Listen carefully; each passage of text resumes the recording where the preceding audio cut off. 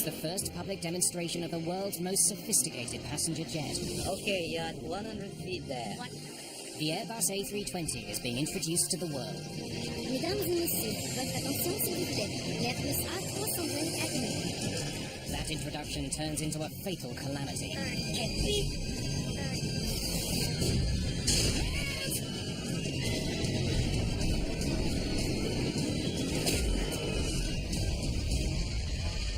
It could not possibly have come at a worse time for Airbus. The crash was a major embarrassment. There's enormous pressure on investigators. If Airbus is to survive, they must find the answer to one crucial question. Was it the pilot, or was it the plane?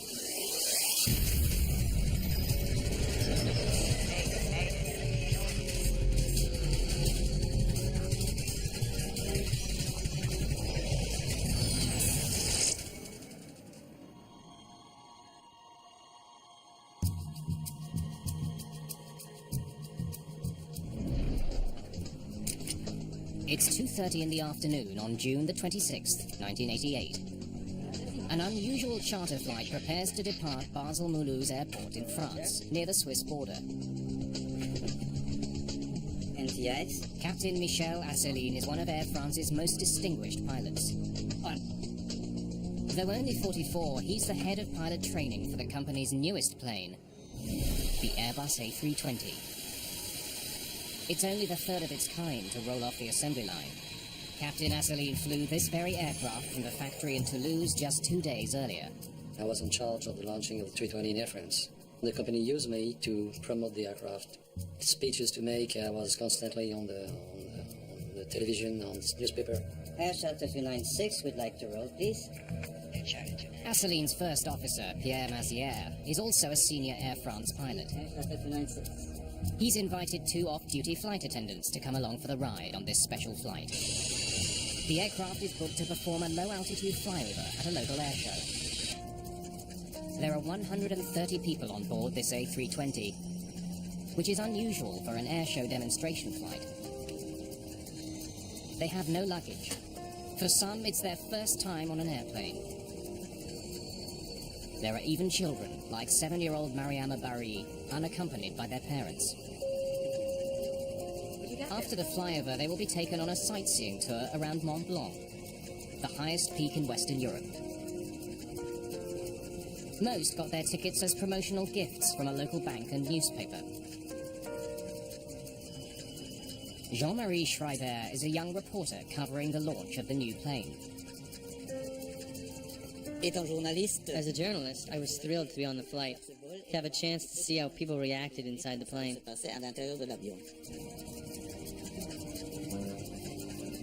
Another journalist aboard, Jean-Claude Boche, has been busy recording the event. As I got on the plane, I thought, great, this is going to be an unforgettable experience. And it really was unforgettable. The A320 is the first civil aircraft to use fly-by-wire, a cutting-edge technology that computerizes flight controls. The system had previously mainly been used by the military. On the fly-by-wire system, the pilot essentially flies the computer, and the computer flies the aircraft. Fly-by-wire alters the relationship between pilot and plane. It gives computers the ability to override human inputs to prevent pilot error. The A320's flight computer won't let its human operators do anything it determines to be dangerous. Airbus has become the first civil aircraft maker to embrace this technology. It hopes this will give it an edge over its longtime American rival, Boeing. In its first public presentation, Airbus has a lot on the line. Okay, tell me what you want in terms of speed and altitude. Okay, then, take off right turn. We go nice and easy to find out things. We tried to demonstrate the capability of this aircraft. To say we wanted to show off, not exactly. We wanted to make a good job, and we were sure to make a good job. Once we identify the airfield, we extend flaps to 3. We'll do the flyover at 100, landing gear out, and you just leave it up to me.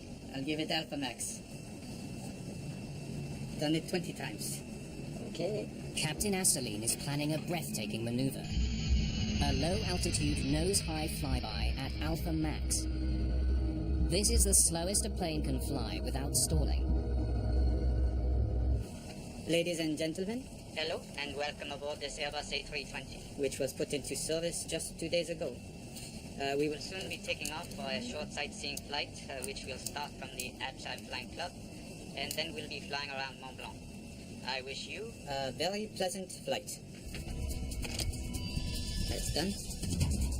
ACF 296Q, clear for takeoff. Runway 60. We're rolling. Take off. Go.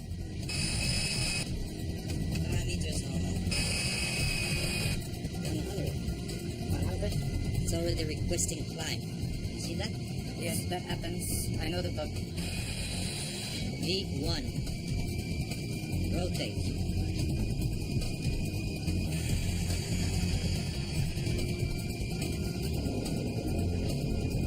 Gear up, flaps 1. After take-off checklist completed. It's only a 5-minute flight to Habsheim Airfield, where the airshow is being held. For this sleepy Alsatian town, the airshow is the highlight of the summer. Le meeting, c'était quelque chose, comment on dit. The airshow drew more than 5,000 people. Donc il y avait un There was significant interest from the public. important. The airfield is so small, its coordinates aren't stored in the plane's navigation database, so the pilots must find it by sight. You're at 8 nautical miles. You'll soon see it. There's the highway. We leave the highway to the left, don't we? No, to the right of the highway. It's slightly to the right of the highway. There's the airfield. You got it, have you? The pilots have spotted the airfield late. They will have to hurry to descend to the planned altitude for the flyover at the airshow. A crowd is forming at the runway. Air Charter 296, good afternoon. Abshheim, hello. We're coming into view of the airfield for the flyover. Yes, I can see you. Clear. The sky's clear. Gear down. Okay, we're going in for a low altitude, low speed flyover. 296. Roger. Flaps 2. Quebec November Hotel, Absheim, Fox Echo 984. Okay. 984. Put in 984. Flaps 3. Flaps 3. That's the airfield. You confirm? Affirmative. Flight 296 makes a gentle turn to line up with the runway. The pilots must now lose more altitude and speed to get into position for the flyover. 200. Mesdames et messieurs, votre attention s'il vous plaît. L'Airbus A320 arrive. Okay, you're at 100 feet there. Watch it. Watch it. The aircraft is now at the planned altitude. For Asseline, this will be the most delicate part of the maneuver. He must keep the plane in a stable position with the nose up, but not too high. J'ai regardé le sol I looked at the ground and said, look, he's not high enough, because you could see the grass right out your window. à travers le hublot. Okay. I'm okay there. Disconnect after throttle. He disables one of the plane's safety features so that the computer won't speed up the slow-moving plane. Only now, Captain Asseline sees a danger that threatens the lives of everyone on board. The A320's low-speed flyover at the Habsheim airfield is suddenly not going according to plan. There's a forest in the path of Captain Asseline's plane. 30. Take off. Go around power. He selects the highest thrust setting and pulls back on the controls, expecting the aircraft to pull up. But the plane keeps dropping.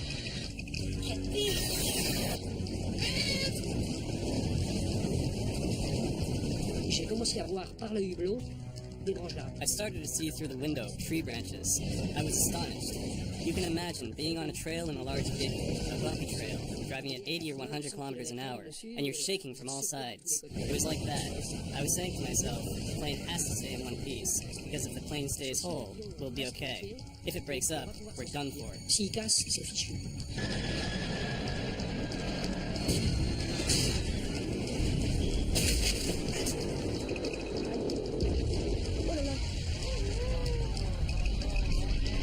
Still full of fuel, the right wing of the jet is sheared off.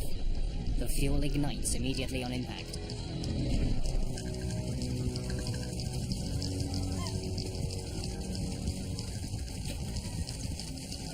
We stopped very quickly.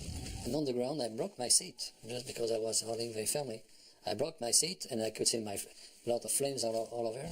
About 20 meters high flames around the cockpit, smoke coming from everywhere. The first officer is badly injured. And he has a lot of blood, and even with the full harness, he hit something in front of him. What the hell have you done? I don't know. I don't understand. There was a moment of silence when the plane finally stopped. Incredibly, the fuselage is still in one piece. Everyone has survived the impact. But they're not out of danger yet. Alors là, je me penche. So I lean to the right, and I see red flames. The windows were red. And I think, we held together, but we're going to burn to death. Mais on va mourir brûlés. Et ensuite, Then we heard somebody say, "Get out! Get out! There's a fire!" sortez, sortez, il y a le feu.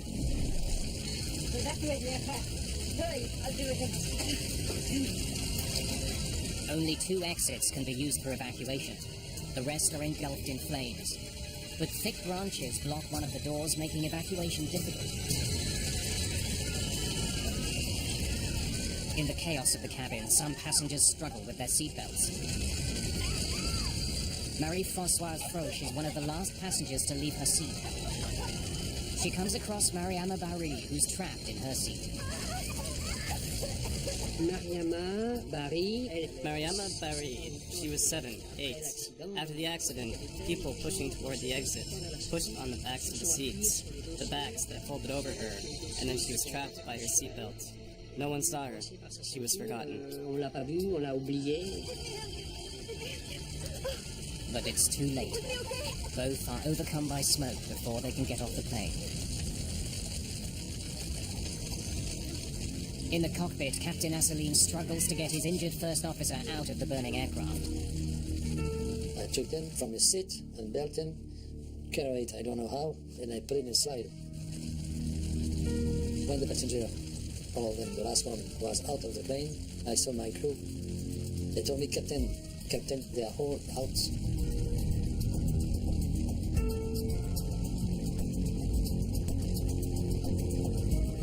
I couldn't believe it. But the crew is wrong. Not all the passengers have made it out.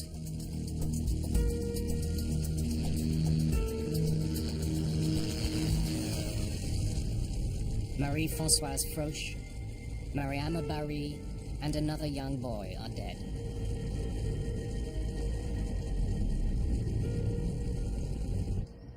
In addition to the tragic loss of life, the accident is a PR disaster for Airbus. The crash could not possibly have come at a worse time for Airbus. They were trying out this new concept, which they have touted very widely as a new level of safety for civil flight. And here's a pilot going and crashing one. For those who actually saw the accident, and it was broadcast on the news media throughout the world the same evening that it happened, there was amazement. The crash was a major embarrassment.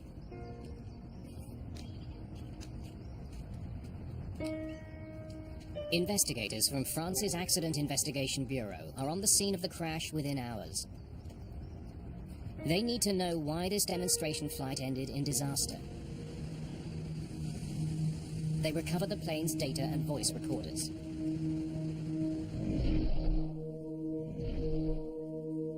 Claude Bechet will head the investigation. Was it the pilot or was it the plane? we need to know. Like the pilots of Flight 296, he also works for Air France as an airline captain, Let's get to work. which is unusual for a state investigator. At that time, I was still an airline pilot, and I was in New York when the accident happened, and they sent me a telegram to ask me to come back to Paris as soon as possible. Apart from the flight recorders, investigators have a remarkable piece of evidence to consider. A high-quality video of the accident has been recorded by a French cameraman. It was the first time we had a video of an accident, you know. Normally an accident happens in the middle of nowhere.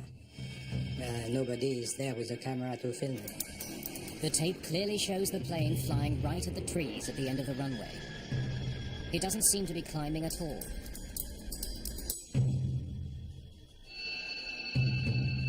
The cockpit voice recorder offers a confounding clue.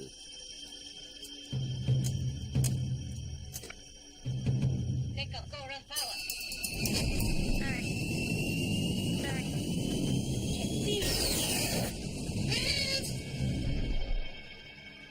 It's clear the crew had no idea there was an obstacle at the end of the runway. Investigators are puzzled. How could a forest take a pilot by surprise?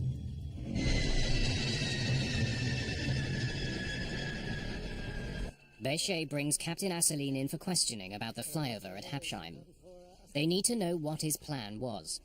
My intention was to carry out a flyover at slow speed. As a qualified A320 pilot, Claude Bechet is familiar with the plane's capabilities. Over the airstrip, and we go to Alpha Max. Very good. He sees nothing wrong with Captain Asseline's plan. It was not bad. Making a slow pass was well planned. And he seemed to me to be very open and very ready to help to work with the investigation commission. Investigators turn their attention to how Air France prepared the flight crew for the airshow. They discover a memo setting out the rules for all airshow flights. What draws the attention of investigators is the minimum altitude Air France had selected for airshow flyovers: 100 feet. It was in violation of national regulations. He should have been at 500 feet, as a matter of fact. But there had at that time a tendency for pilots who were making air shows like that to go a little bit lower and sometimes much lower. Chief Investigator Claude Bechet now wonders if there were any other mistakes in the planning of the flight.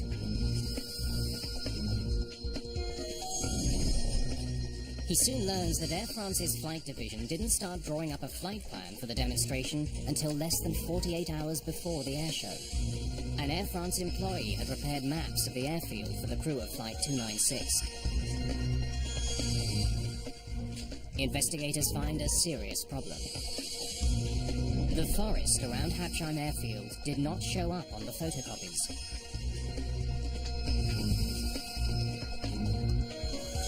The employee who had put together the flight package didn't have an opportunity to discuss it with the crew. You were using a navigation chart? While questioning Asseline, Bechet discovers that the pilots were also given little time to prepare. Here's the flight package. That's highly unusual for an airshow. My co-pilot told me, okay, we make a flight around Mont Blanc, and then we have to make 2 low pass over a small airport, Hapsheim. Told me there is nothing special. So for me, it was a normal flight, a normal day. That preparation had not been complete, and there had been no briefing of the crew by the staff. Investigators then make an intriguing discovery at the crash site. They measure the height of the trees hit by Flight 296. They discover the average height of the forest to be only 40 feet. This poses an urgent question. How could an Airbus that was supposed to be flying at 100 feet hit trees less than half that height?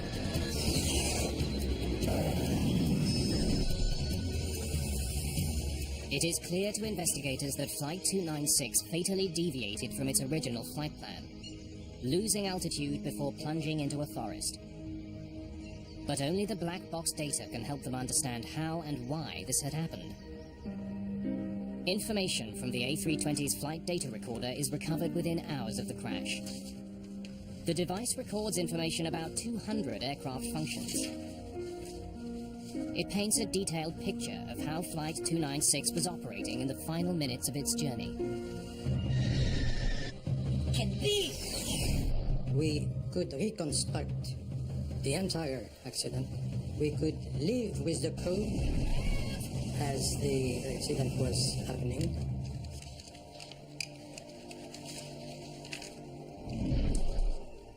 Investigators make two striking observations from the data.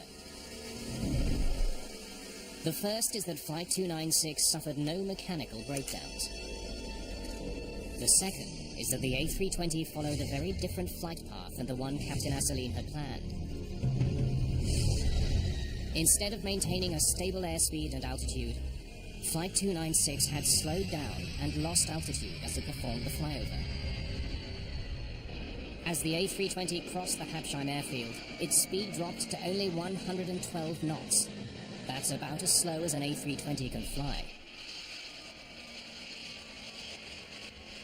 The plane's deceleration was so dramatic, it was even visible on the video. Michel Asseline was one of Air France's top pilots. Claude Béchet is hard-pressed to understand how he could have mishandled such a high-profile flight. Pressed further, Asseline explains how the trouble started. You were using a navigation shaft? Yes, we had some difficulty locating the airfield. We leave the highway to the left, don't we? No, to the right of the highway. It's slightly to the right of the highway. There's the airfield. You've got it, have you? They spotted the airfield too late. So when they did, they reduced the power and they descended. So they rushed their descent in order to get into position for the flyover. And they were still slowing down when they reached the airfield. That's the airfield. You confirm? Affirmative. But then another problem emerged. The spectators were lined up on a different runway from the one the crew was heading for. The crew of Air France Flight 296 is ill-prepared for their demonstration flight. In planning for the airshow, Air France only provided the crew with information for runway 2, Habsheim's only paved airstrip. But Captain Asseline sees the crowds aligned on a much shorter, adjacent grass field. I was expecting a normal runway. On the latest moment, I saw that it was a grass one. Captain Asseline lined up with the grass strip. I had no idea that at the end of the runway was a forest. For me, it was bushes only or something.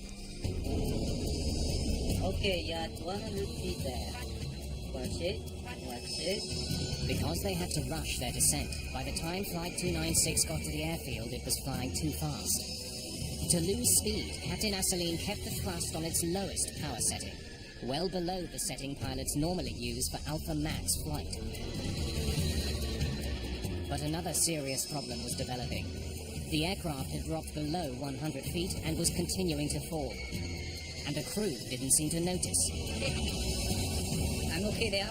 Disconnect auto throttle. In a matter of seconds, the altitude had fallen to only 30 feet. What was extremely clear is that airplane was flying at approximately 30 feet above the ground. Regardless of any other data, this data was extremely important. Take off, go around power. No airplane of that size or of any other size should make a flight path that low. The data is clear. You were at 30 feet, not 100. I believed I was at 100 feet. Claude Béchet is still uncertain how the A320 ended up so dangerously close to the ground. Captain Asseline insists his instruments failed him. Flaps 2. Quebec November Hotel, I'm saying Fox Echo 984. Okay. 984. Captain Asseline was relying on his barometric altimeter. It uses air pressure to measure the plane's distance from the ground. It had to be set to local atmospheric pressure to be accurate. Quebec November Hotel, I'm saying Fox Echo 984. Okay. 984. Put in 9. The cockpit recorder proves that the tower provided the pressure reading and the crew set their instrument. But Asseline insists the altimeter was giving him a false reading. I tell you, the altimeter said the plane was at 100 feet. Michel Asseline stated that the barometric altimeter was, in fact, to be precise, 67 feet out. And that is something that he claims led him to be flying at 30 feet instead of at 100 feet. Investigators are skeptical. Asseline had more than one instrument to give him altitude information. The A320 has a second altimeter that uses radio waves to calculate the plane's distance from the ground. That altimeter displays the altitude on a digital display. But Captain Asseline claims it was difficult to read. We could not use the radio altimeter because this radio altimeter is digital and nobody can fly by reading numbers. I tried that later on the simulator. I never succeeded to do it. But the radio altimeter has another way of alerting pilots. Okay there. A digital voice call-out. Disconnect auto throttle. But Asseline claims he and his first officer, Pierre Mazière, could not hear it. Some people say that you could have heard the radio altimeter saying 30, 30, 50, 40, 30. No, because at that time this aircraft was very, very noisy. And we have the headset.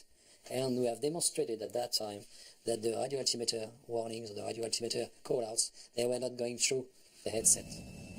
Despite Asseline's defense, investigators are certain that the crew of Flight 296 mishandled a risky maneuver. Bechet has more questions for Captain Asseline. What did you do when you saw the trees? I did what any pilot would do. I tried to climb over them. Investigators learn that in the final moments before the crash, Take off, go run power. Captain Asseline applied full throttle. When I was waiting for the engine to spool up, then I realized in front of me there were trees. And I was waiting. But he claims the engines did not respond. And when they finally kicked in, it was too late. I tell you, the engines did not come on when I gave it full throttle. Captain Asseline's testimony raises a troubling prospect. If there was a prolonged delay in engine response, it could indicate a critical problem with the A320's turbojets.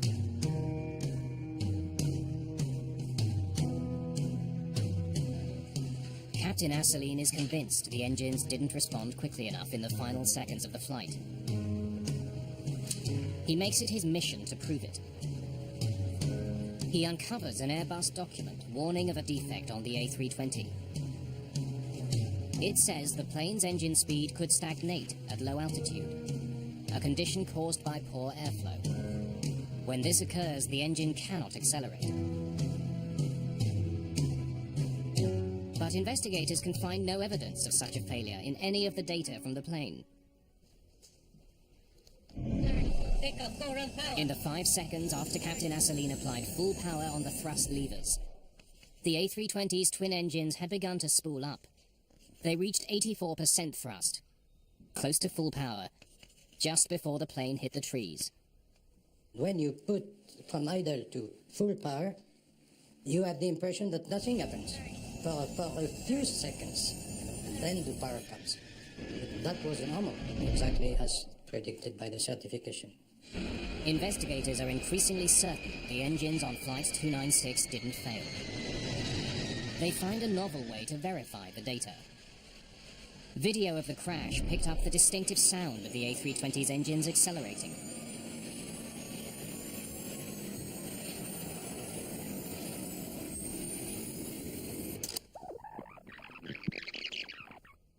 By studying that sound, engineers can determine how much power the engines were generating in the final seconds before the crash. We were able to compare the RPM of the engines from that film and from the flight data recorder. There was nothing wrong with the engines, any of the two engines. Why? Chief Investigator Claude Bechet has a new headache. Captain Asseline is convinced there is a conspiracy against him. He cuts off all cooperation with the investigation. Very well. Investigation committee, I tried to cooperate with them, but I began to be suspicious. And the press, each week, the aircraft is good, the aircraft has nothing, pilot error. All that was a big cover-up, my opinion. Captain Captain Asselineau begins a campaign to challenge the French investigation. He appears on British television to make a dramatic assertion. When I pull the stick to up position, the flight control, the elevator control, go to down position.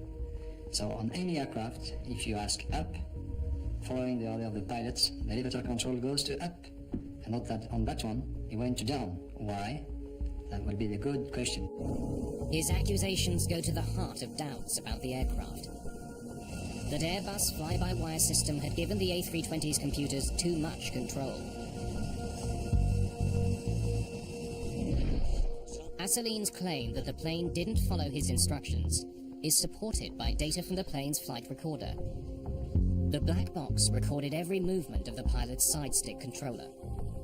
It does show that seconds before the crash, Captain Asselineau pulled it back to get the plane's nose up. Investigators compare it with what the plane did in response. They make a perplexing discovery. He's telling the truth. The elevator moved down. In the final seconds before the accident, the pilots had desperately tried to pull up. The side stick controls the plane's elevator. Pulling back on it should raise the elevator and pitch the plane upwards. But that's not what happened on this flight. One of the strange things about the crash flight, which became apparent when the digital flight recorder was analysed, was that during the last few seconds prior to contact with the trees, the pilot was dragging back on the stick as hard as he could, but the flight surfaces were moving into a position to put the nose down. Captain Asselineau believes the plane's descent triggered an automatic response by the flight computers. Asselineau inadvertently brought his plane to within 30 feet of the ground with his landing gear down and his flaps extended. Investigators now wonder if the plane's computer determined that Asselineau was landing and initiated the necessary steps to accomplish that. As the plane levelled up with the airfield, it overflew a little copse of trees, which took the radar altitude momentarily below 30 feet. That would have been sufficient to trigger the flight control system to enter landing mode. It's possible that in spite of what Captain Asselineau was commanding the plane to do, the computer brought the plane's nose down for landing. Investigators must try to determine whether the A320 overrode its pilot at a critical moment. They analyze the data from the flight recorder.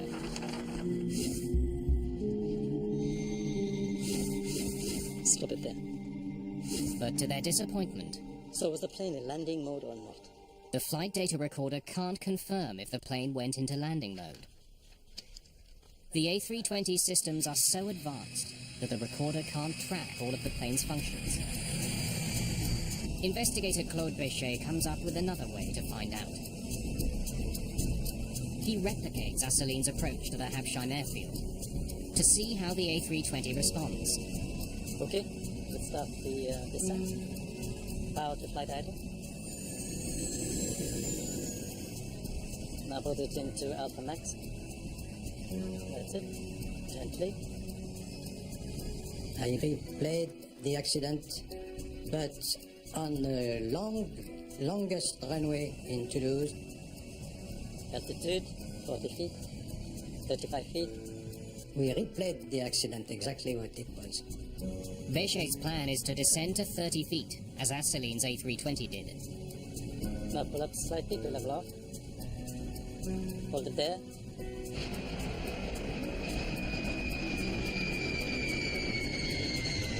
Béchet wants to see if the flight computer puts the plane in landing mode.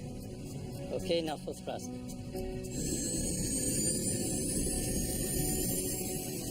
Did you hear that? Alpha protection. The test flight has triggered a nose-down response from the plane's computers, like the crash of Flight 296. But the plane hadn't gone into landing mode. Instead, the flyover had activated one of the A320's main safety features: stall protection. Due to a lack of airflow over the wings, flying slowly in a nose-high position can cause a plane to lose lift. The A320's computer has been programmed to bring the plane's nose down when it gets close to stalling. This means that in theory, as long as the flight control system is in operation, the pilot cannot stall the plane. Bechet concludes the flight computers did override Captain Asseline's command. But he believes that by doing so, it had prevented the plane from stalling and crashing just short of the tree line. That airplane didn't stall and, let's say, landed on the trees. The investigation into the crash at Hampshire is coming to an end. Claude Bechet prepares to deliver his verdict. The conclusion of my report was that the airplane was too low, too slow, and with not enough power.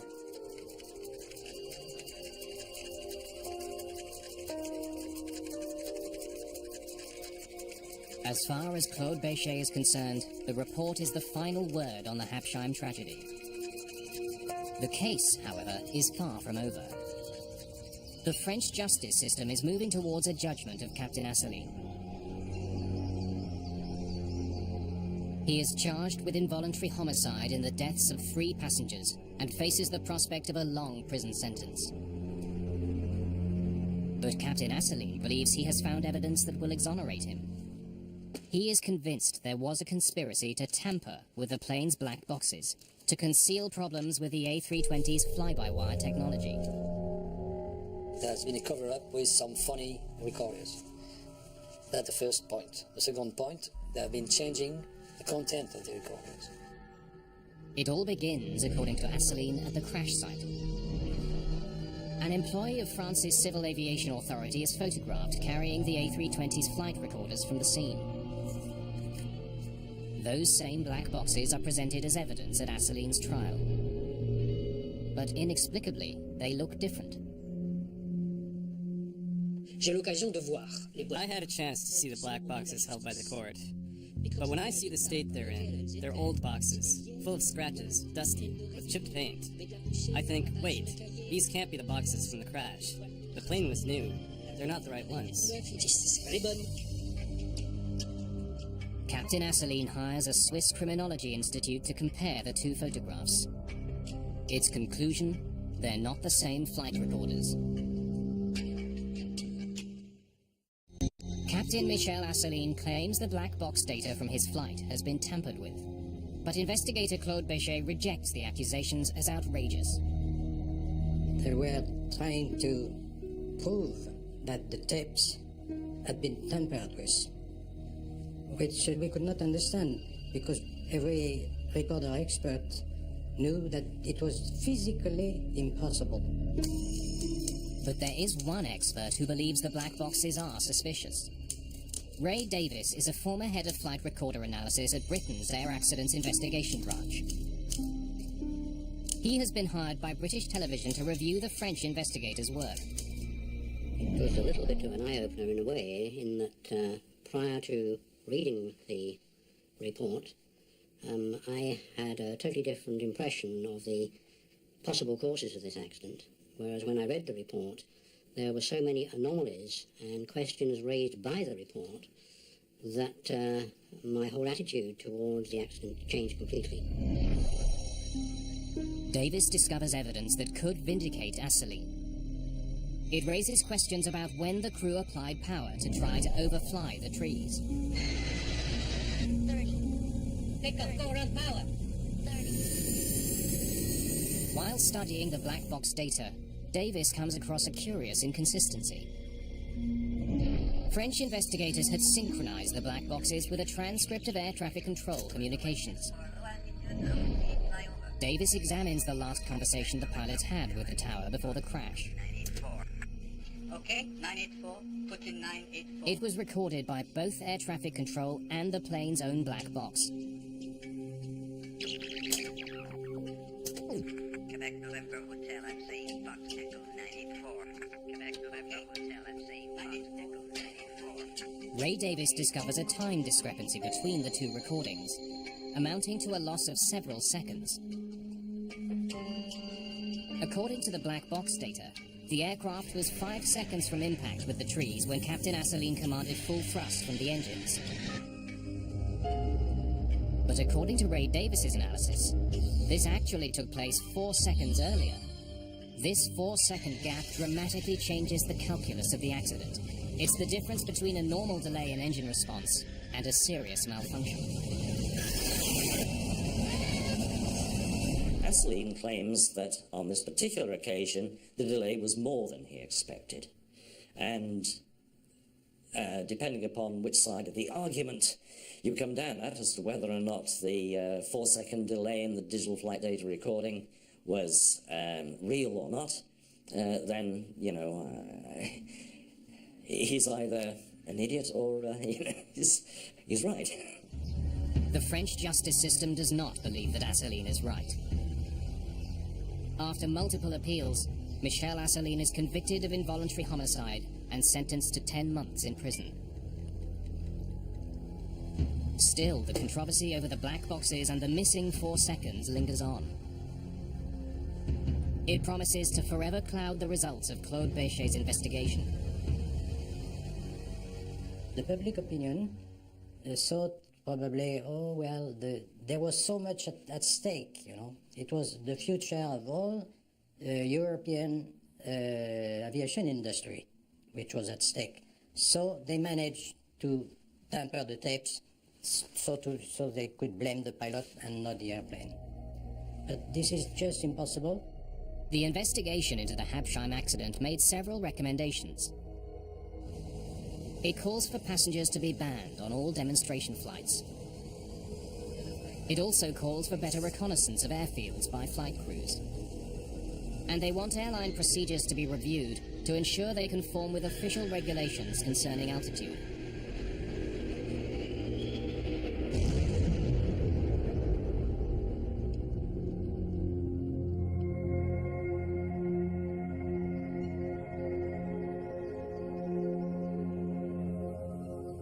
Michel Asseline went on to a career as a teacher and inventor in the aviation industry. He continues to appeal his conviction and has devoted much of his life to clearing his name. The tragedy at Habsheim would have little impact on Airbus industry. The A320 would go on to become one of the most successful commercial aircraft in history, selling over 750 planes in its first 10 years. And fly-by-wire technology would be safely adopted by a new generation of passenger aircraft.